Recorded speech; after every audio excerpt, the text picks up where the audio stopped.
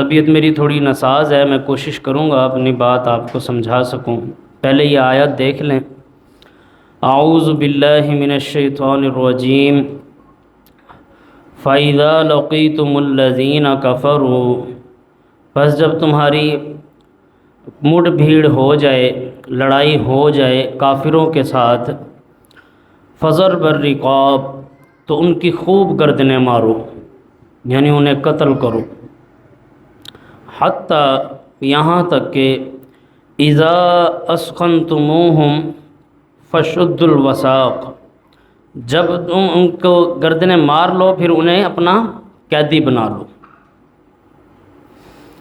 فَإِمَّا مَنًّا بَعْدُ، پھر اس کے بعد یا تو تم احسان کر کے چھوڑ دو، وَإِمَّا فِدَاءً، یا پھر ان سے فدیہ لے کے انہیں چھوڑ دو، حتیٰ تضع الحرب اوزارها، یہاں تک کہ وہ اپنے اوزار پھینک دیں، یعنی جو لڑنے والے ہیں وہ اپنے اوزار چھوڑ دیں۔ ذالک، یہی حکم ہے اللہ کی طرف سے۔ وَلَوْ يَشَاءُ اللَّهُ، اور اگر اللہ چاہتا، لَانْتَصَرَ مِنْهُمْ، تو اللہ ان سے خود انتقام لے لیتا، اللہ ان سے خود ہی بدلہ لے لیتا۔ وَلَكِنْ لِيَبْلُوَ، لیکن اللہ چاہتا ہے کہ تمہیں آزمائے، بعضکم ببعض، تم میں سے ایک دوسرے کے ساتھ تمہیں آزمائے کہ تم بعض کے ساتھ کیا سلوک کرتے ہو یا کیسے چلتے ہو، تو اللہ نے آزمائش کے لیے تمہارے اوپر اس معاملے کو چھوڑ دیا۔ والذین قتلوا، اور وہ لوگ جو اللہ کے، والذین قتلوا فی سبیل اللہ، اور وہ لوگ جو اللہ کے راستے میں شہید ہو گئے، قتل ہو گئے، فلن یضل اعمالہم، اللہ ہرگز ان کے عمل ضائع نہیں کرے گا۔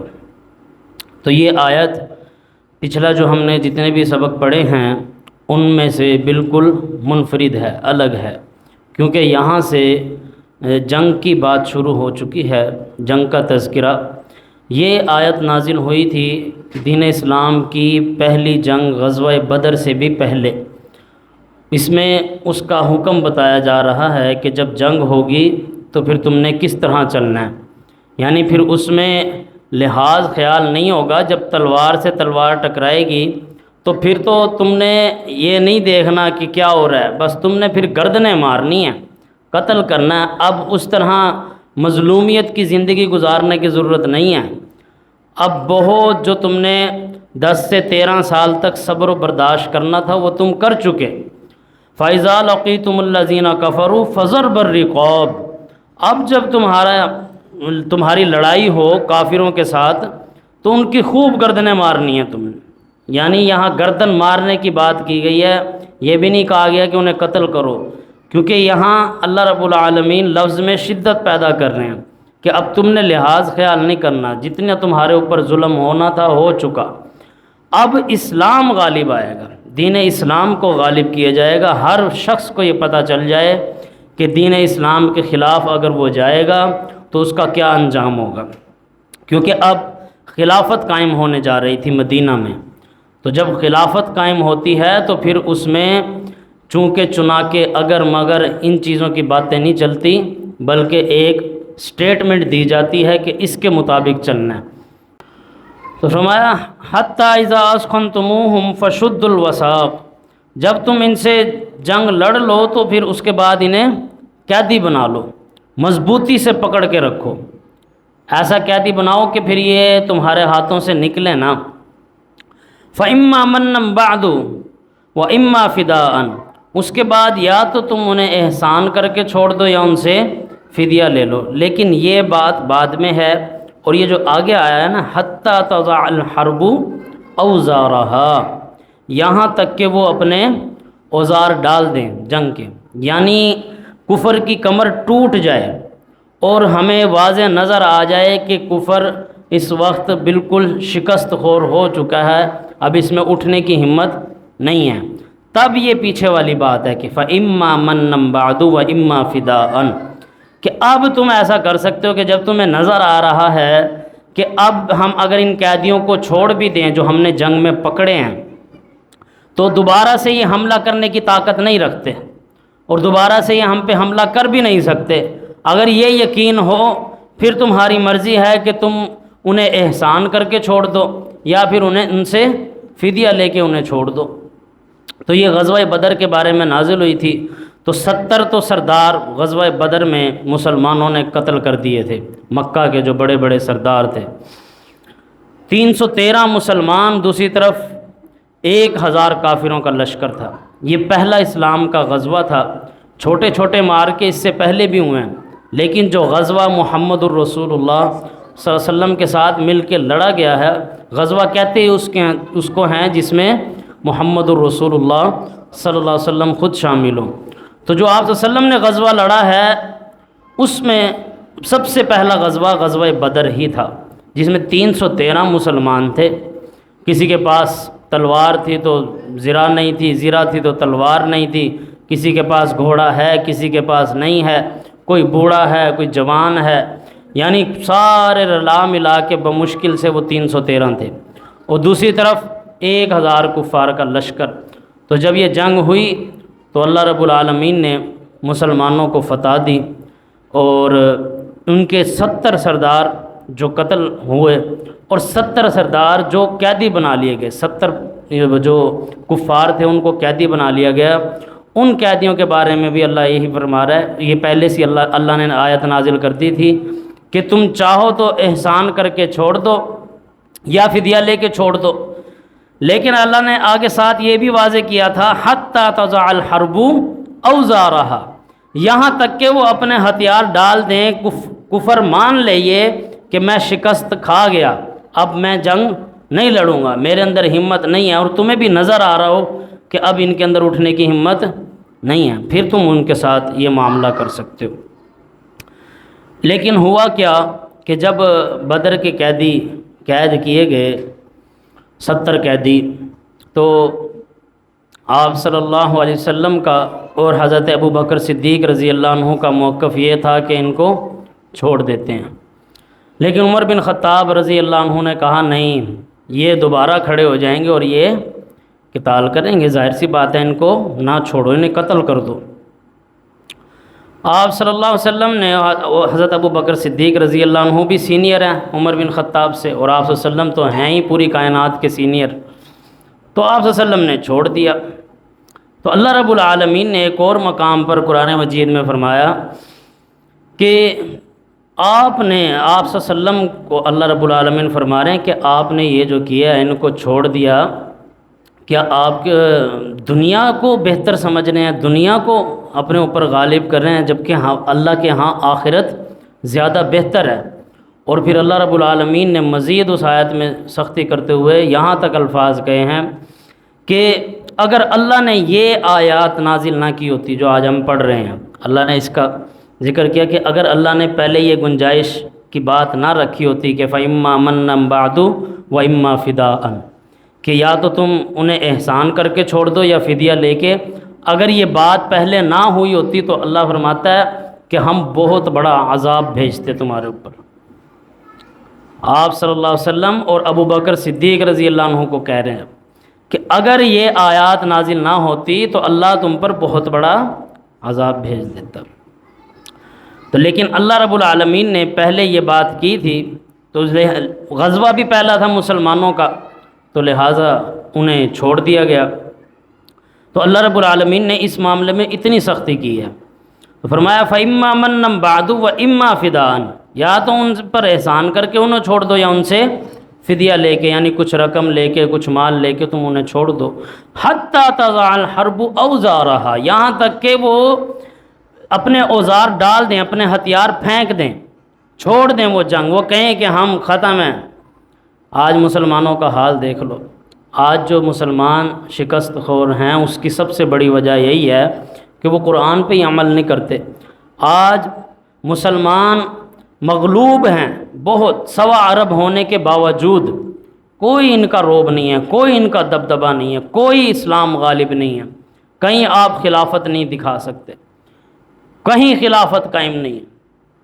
تو دین اسلام آیا تھا غالب ہونے کے لیے، جیسے جناب محمد الرسول اللہ صلی اللہ علیہ وسلم نے غالب کر کے دکھایا۔ آپ صلی اللہ علیہ وسلم مدینہ میں بیٹھ کے چھوٹی سی مسجد نبی میں بیٹھ کے بڑے بڑے بادشاہوں کو خط لکھ کے بھیجتے، یا تو اسلام قبول کرو ورنہ پھر جنگ ہے، اعلان جنگ ہے تمہارے خلاف۔ بڑے بڑے بادشاہوں کو، جتنے روم کے، پرشین کے جتنے بادشاہ تھے، اور ایسے ایسے بادشاہ وہ بیٹھ کے ہنستے تھے کہ ہم اب ان چرواہوں کی بات مانیں، ان عرب کے جو یہ بدو ہیں ان کی بات مانیں، معاذ اللہ۔ تو پھر لیکن اسلام، دین اسلام رکا نہیں۔ اللہ رب العالمین نے دین اسلام ایسا غالب کروایا کہ کچھ سال گزرے، اللہ نے رومن امپائر بھی پوری الٹوا دی، پرشین امپائر بھی پوری الٹوا دی۔ رومن اور پرشین امپائر کو اللہ نے ختم کروا دیا، جن کا صدیوں سے نام تھا کہ بہت بڑی بڑی یہ امپائر ہیں۔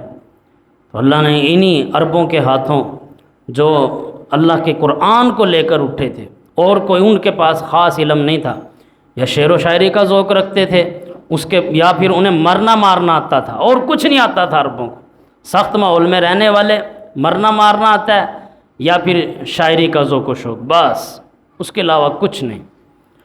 یہ تجارتیں چل رہی ہیں کھانے پینے کے لیے بس۔ تو ہر قسم کی برائی ان میں پائی جاتی تھی اسلام سے پہلے، لیکن جب قرآن آیا، قرآن نے صرف ان کی جو ڈائریکشن تھی وہ سیدھی کر دی۔ یعنی جب قرآن آیا تو وہ جو ان کا مرنے مارنے والا کام تھا کہ ادھر ایک قبیلے نے دوسرے کا ایک بندہ مارا تھا تو وہ قبیلہ ان کے 2 بندے مار رہا ہے، یہ کام چل رہا تھا۔ لیکن اسلام آیا، اس نے رخ سیدھا کیا کہ اب جب تم نے تلواریں اٹھانی ہیں، گردنیں مارنی ہیں، تو پھر کفار و مشرکین کے خلاف لڑو، یہی اپنی طاقت یہاں سے استعمال کرو۔ اور قرآن نے وہ جو ان کا شعر و شاعری کا ذوق شوق تھا اس کو بھی پورا کرتے ہوئے کس انداز میں قرآن نازل ہوا، آج کے شاعر بھی حیران ہوتے ہیں، وہ حیران رہ جاتے تھے۔ عرب کے بڑے بڑے شعراء بھی کہ کیسا کلام ہے یہ، الرحمن علم القرآن خلق الانسان علمہ البیان الشمس والقمر بحسبان والنجم والشجر یسجدان۔ دیکھ کیسا خوبصورت تسلسل چلتا ہے اس قرآن میں۔ اذا وقعت الواقعہ لیس لوقعتها کاذبہ، کیا خوبصورت، ہر لفظ کے آخر ایسا ملتا ہے جا کے پچھلی لائنوں سے بندے کو مزہ آ جاتا ہے، اور ایک سے ایک قرہ، ہر قاری کی اپنی آواز، ہر آواز میں الگ اس میں خوبصورتی اور خوشبو، یعنی وہ حیران رہ جاتے تھے جب نازل ہوئی نا، انا اعطیناک الکوثر فصل لربک وانحر ان شانئک هو الابتر۔ وہ حیران، عرب کے لوگ حیران ہوئے کہ شعر یا 2 لائنوں کا ہوتا ہے یا 4 لائنوں کا ہوتا ہے یا 6 کا ہوگا یا غزل ہوگی، 3 لائنوں میں بات ہو رہی ہے، بات بھی مکمل کمپلیٹ ہو رہی ہے، لیکن آیات کتنی ہیں؟ 3۔ حیرت کی بات ہے۔ یعنی آج بھی کوئی قبول کرے گا 2 لائنیں قبول کرے گا یا 4 کرے گا؟ بھائی شعر پورا کر، یہ 3 لائنیں کہاں سے آ گئی؟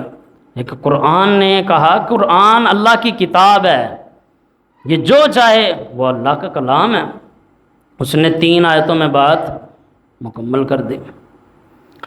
تو عرب کا یہ شوق بھی یوں سمجھے قرآن نے ایسا پورا کیا، اور جو ان کے اندر قوت طاقت تھی لڑنے کی، اللہ رب العالمین نے اس کی ڈائریکشن بھی ان کی سیدھی کی کہ اس کو یہاں استعمال کرو۔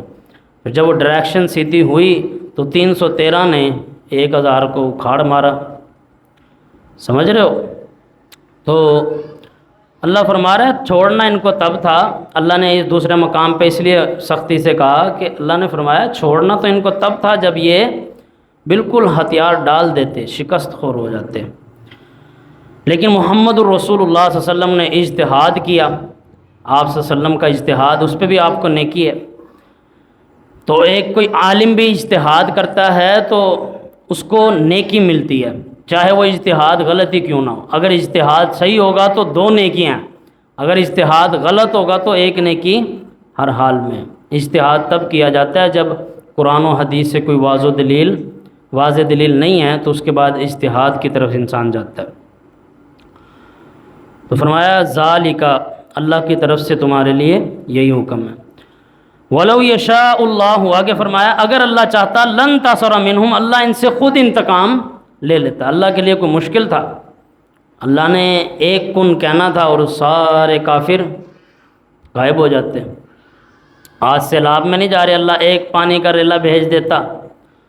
عرب کے تو ارد گرد ہیں بھی سمندر، 3 جگہوں سے تو عرب کو پانی لگ رہا ہے، ایک جگہ ہے جہاں سے خشکی ہے۔ تو اللہ چاہتا ایک سیلاب بھیجتا اور سب ختم ہو جاتا۔